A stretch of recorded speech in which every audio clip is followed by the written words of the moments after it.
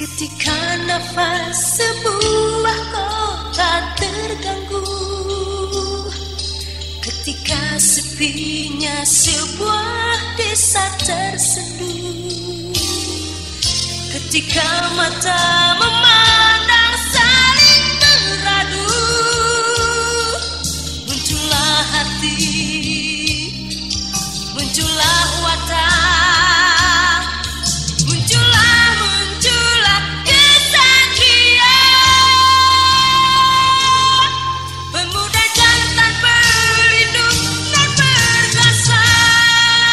Teater Sanggar Prativi bekerja sama dengan Sanggar Cerita dan PT Bayer Indonesia, produsen obat flu Revagan.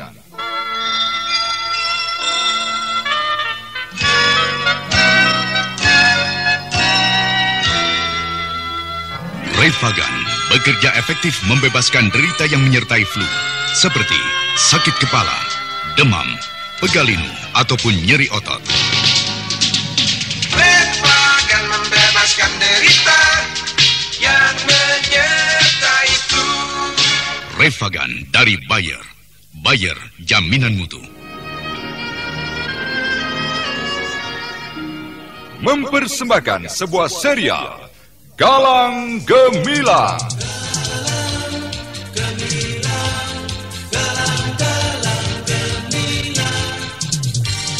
Galang Gemilang, sebuah serial yang didukung artis-artis terkenal Ferry Fadli, Ivone Rose, Chris Urspon, Neni Haryoko, Ana Sambayon, Bambang Jeger, Asti Suhastra, Wenda S. Lubis, Edi Dosa, dan lain sebagainya.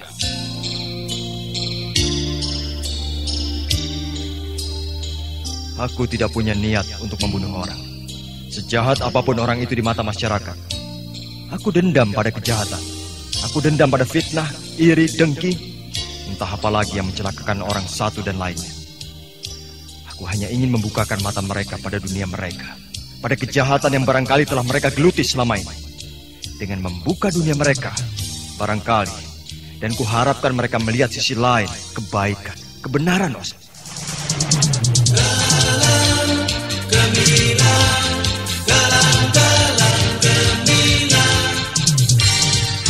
Dalam episode 82 menampilkan Potret Kaca-Kaca bagian ke-22 dengan judul Menunggu 100 Juta. Naskah karya Jagat Hermanto.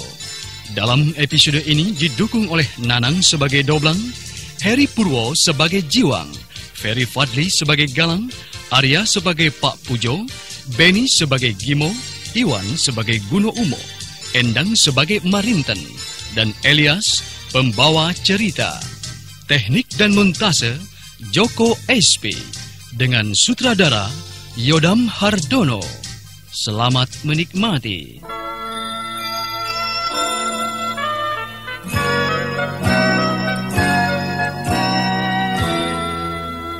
Hari-hari tak selalu ceria, kala mega kelabu menjelang. Flu dapat menyerang setiap saat, derita selalu menyertainya. Revagan bekerja efektif membebaskan derita yang menyertai flu, seperti sakit kepala, demam, pegal linu, ataupun nyeri otot. Revagan, Revagan. Revagan bekerja efektif membebaskan gejala flu. Revagan membebaskan derita yang menyertai flu. Revagan dari Bayer. Bayer, jaminan mutu. Pada kisah Baguno Umo diceritakan, ketiga pemuda yang segera memimpikan uang sebanyak 100 juta itu telah berani mengorbankan uangnya untuk memenuhi syarat penebusannya terhadap Mbah Dukun, yaitu berupa kambing 2 lembar sutra, serta penghantarnya harus janda kembang. Begitulah wangsit yang dikatakan kepada ketiga pemuda itu. Dan diceritakan pula, janda kembang itu telah didapatkan oleh Gimo dengan berbuat guna-guna kepadanya di saat naik angkutan umum. dan mereka kini berada di rumah Doblang. Maka saat itu pula telah datang Jiwang menyusulnya.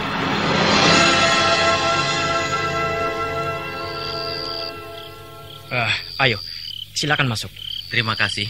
Loh, ini Mas Galang juga ada di sini kok? Iya, kebetulan saja saya masih di sini. Ini tadi dari rumah atau dari rumah Mbah Guno? Ya, dari rumah Mbah. Disuruh ngajak ke sana sekarang.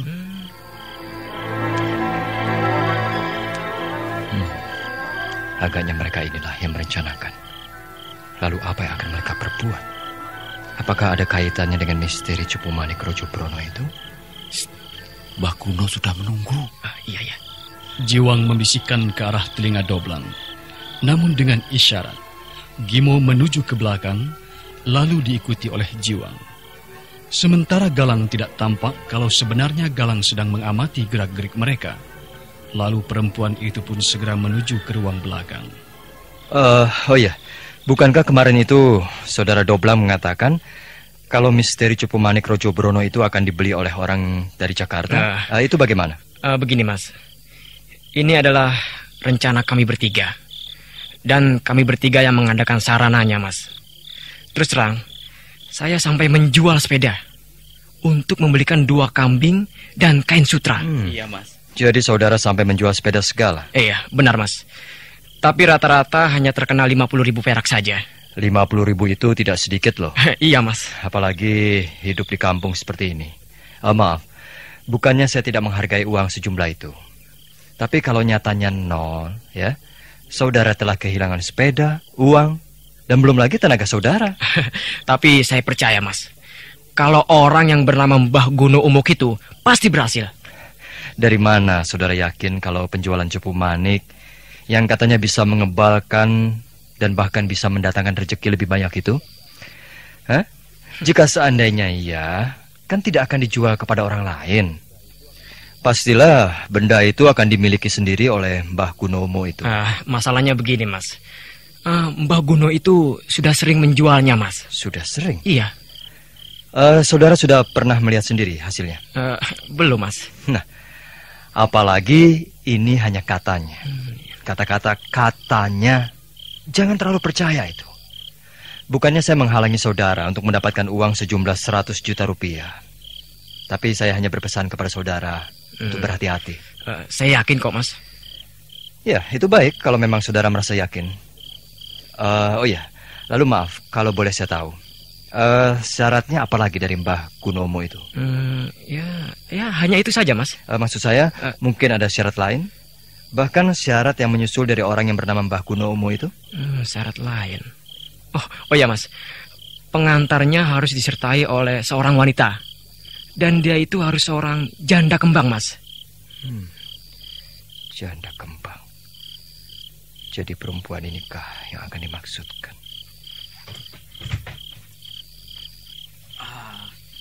Saudara Doblang, saya terpaksa hendak mengantarkan saudara Marinten ini dulu. Iya, dan kebetulan saya juga mau pulang. Kau nanti segera menyusul ke tempatnya Mbah Guno ya, cepat. Saya minta permisi dulu Mas Galang. Oh, mari saudara Gimo. Saya juga minta pamit Mas. Oh iya, mari silakan Mbak.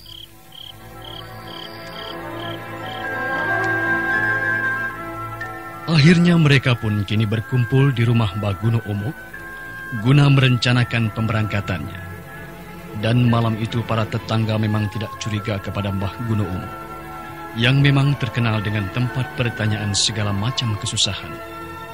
Namun entah karena apa, akhir-akhir ini Mbah Guno mengadakan aksi lain tentang jual beli benda aji bernama Cupu Manik Rojo Brono yang diperoleh dari sendang penyugihan dekat sebuah kali.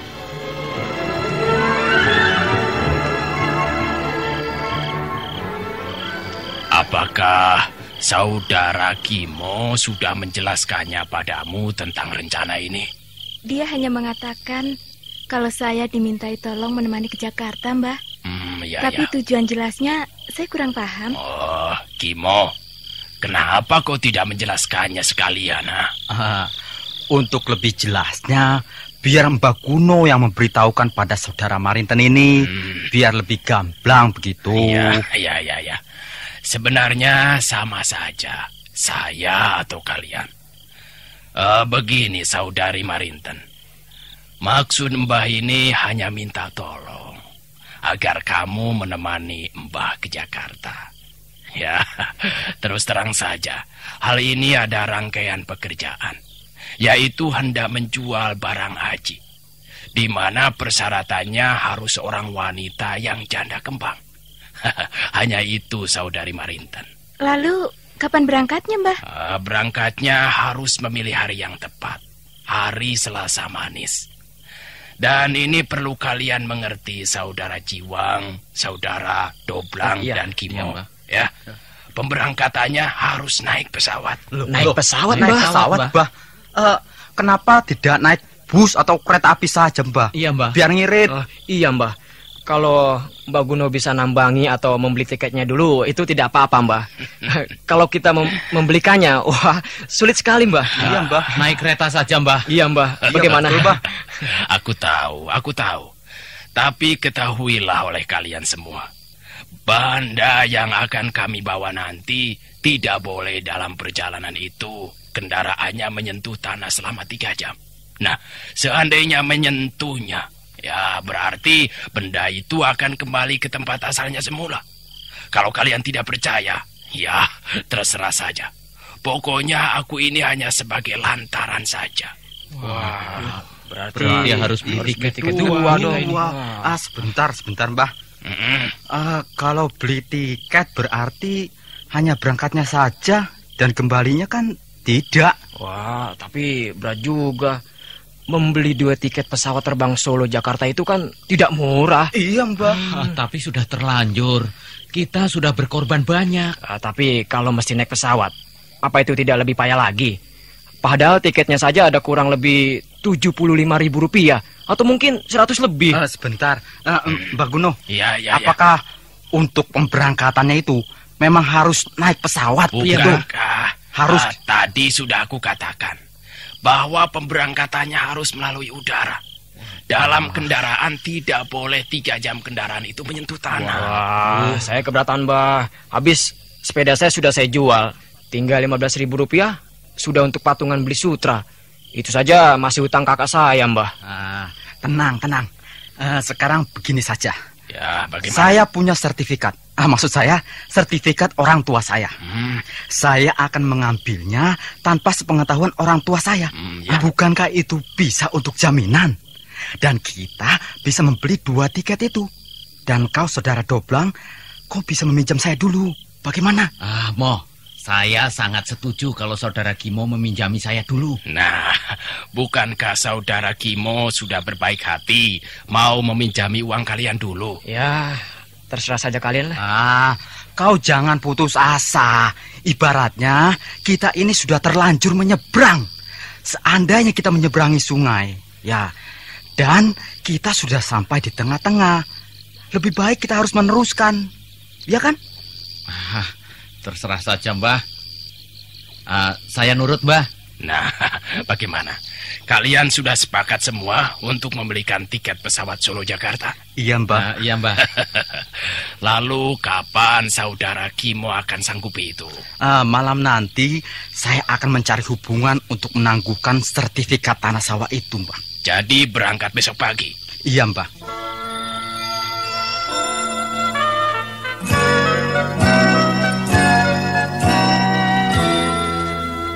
Hari-hari tak selalu ceria, kala mega kelabu menjelang.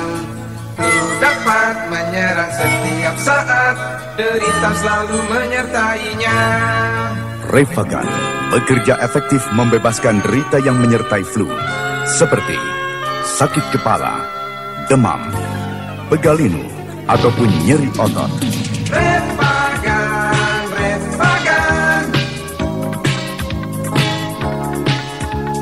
Refagan bekerja efektif, membebaskan gejala flu. Refagan membebaskan derita yang menyertai flu. Refagan dari Bayer, Bayer, jaminan mutu.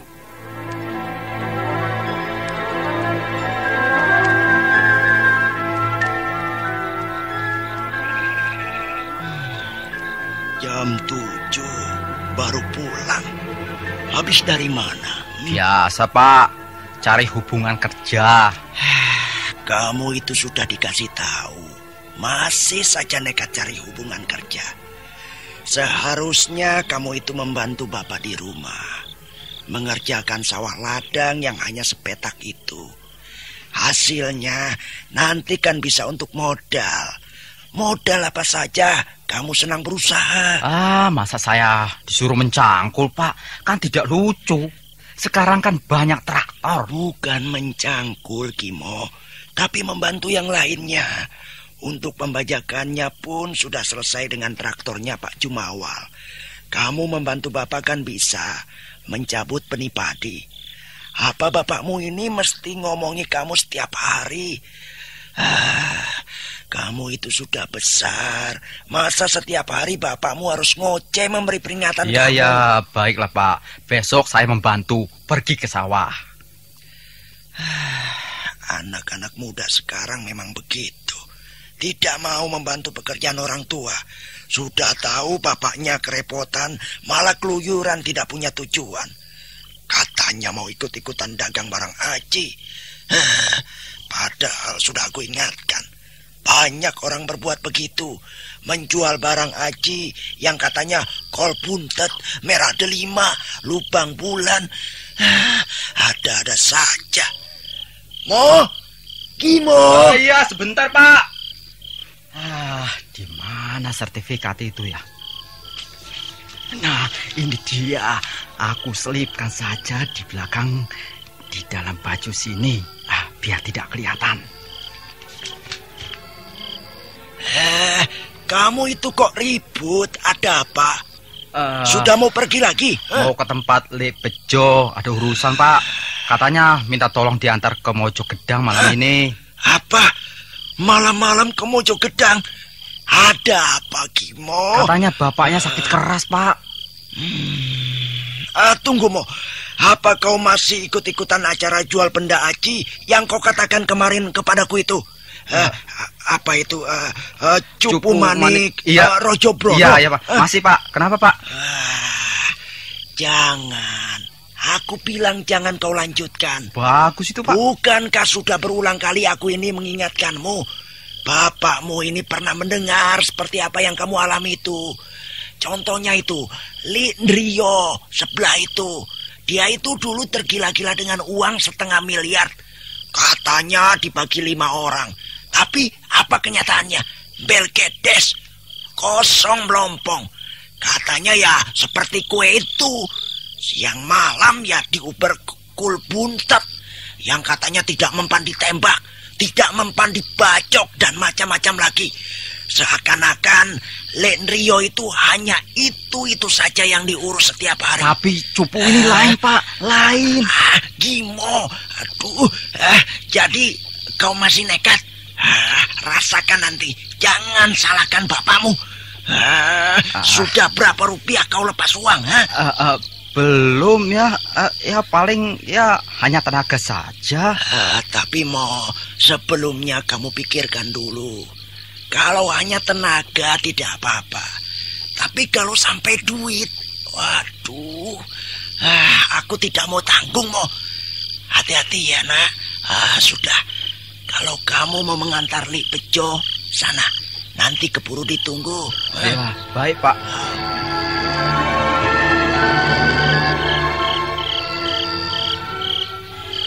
Malam itu juga, Gimo telah mendapatkan uang hasil dari penangguhan sertifikat. Guna membeli tiket pesawat terbang besok pagi. Guna mengantarkan Bah Guno dan Marinten, mengantarkan Cupu Manik Rojo Brono kepada pemesannya.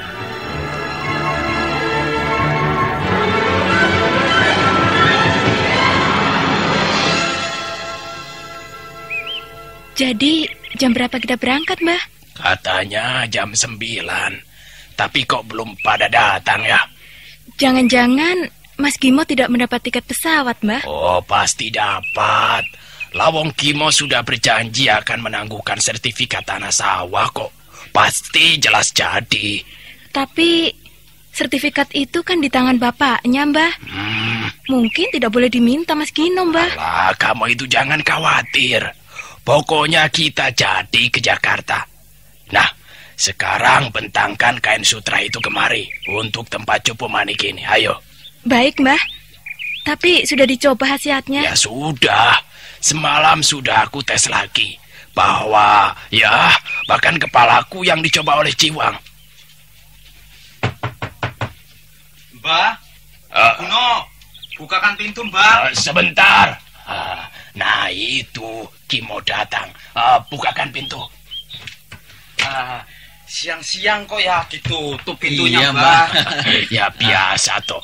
Bagaimana tiketnya dapat? Ya jelas. Sekarang juga Mbah Guno bisa berangkat, Mbah. Iya, Mbah. Lagi pula sudah disewakan mobil angkutan yang bagus. Pokoknya Mbah tinggal berangkat saja. Iya, Mbah. Ini dia. Marinten pun sudah siap, Mbah. Iya, Mbah. Katanya jam 9 berangkat. Apa salahnya saya siap-siap? Iya, saya tahu.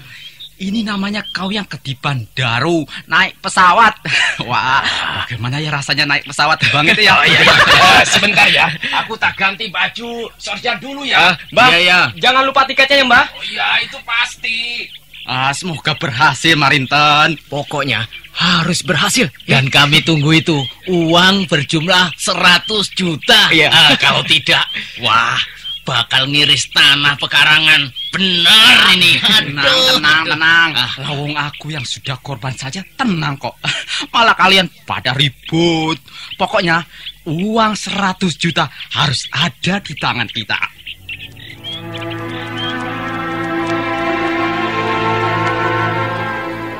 Sekarang kita tunggu di rumah Mbah Guno. Bukankah Mbah Guno tadi sudah pesan? Kita ini disuruh menunggu rumahnya. Lagi pula, saudara Gimo kan sudah pesan. Mbah Guno kalau sampai diharap naik taksi. Lagi pula ongkos taksi dari Panasan sampai desanya Mbah Guno tidak sampai 25.000 kok. Sekarang kita tunggu saja. Ayo. Mereka menanti-nanti kedatangan Mbah Guno. Mereka yakin bahwa cupu Manik Rojo Brono memang sudah dibuktikan. Namun hati Doblang ada yang berontak.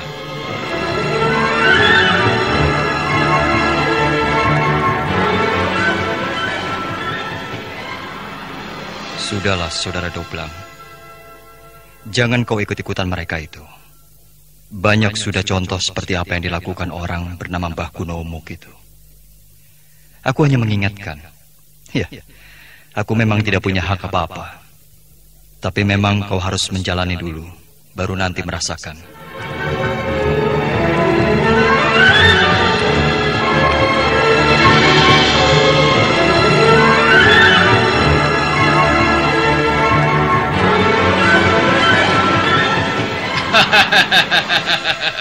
Blang, kenapa kau melamun, ha? Sudahlah, kau jangan menunggu, ha? Dan mulai sekarang kau boleh merencanakan semua yang kau inginkan. Ayo. Mungkin kau cemas memikirkan hutangmu itu ya. Jangan, Saudara Doblang, jangan. Iya, Blang, sudah tenang saja. Aku takut kalau kita akan kena bohong. Seandainya Mbah Dukun Guno itu bohong, pastilah dia sudah mati karena termakan janjinya. Iya kan? Iya. Pasti pesawat itu akan jatuh menabrak gunung atau karena kena kabut tebal. Iya kan? Nah, saudara harus ingat kata-kata Mbah Guno Umuk itu.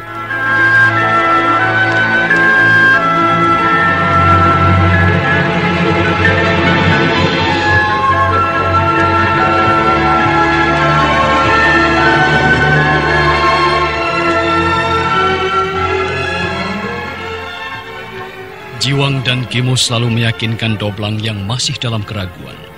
Karena ingat pesan pemuda bernama Galang yang dikenalnya di warung beberapa hari yang lalu. Namun angannya kembali berbinar bahwa Mbah Guno pernah bersumpah. Biarlah dirinya mati oleh sumpahnya jika semua janjinya adalah janji yang bohong.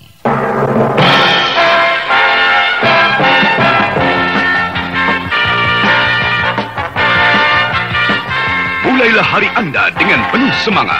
Mulailah dengan penuh gairah dengan tenaga dari Tonikum Bayar. Tonikum Bayar, cari sangat untuk kita semua. Berolahraga dengan tekun atau bekerja keras, Tonikum Bayar bila diminum teratur menjamin kemantapan tenaga, membuat kita sehat berseri untuk mencapai prestasi puncak. Tonikum Bayar, cari sangat untuk kita semua. Tonikum Bayar mengandung ekstrak liver, mineral dan vitamin yang dengan mudah diserap tubuh menjadi tenaga tambahan. Tonikum Bayar memberi semangat bagi Anda untuk menjadi yang terbaik. Tonikum Bayar, cari sehat untuk kita semua.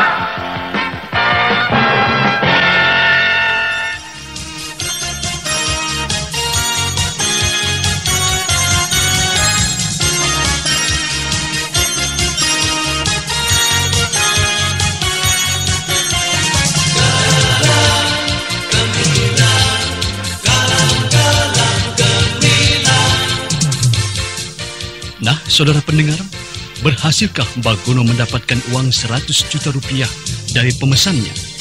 Lalu bagaimana dengan nasib Marinten? Silahkan mengikuti kisah ini dalam sandiwara serial Galang Gemilang pada episode berikutnya. Sampai jumpa.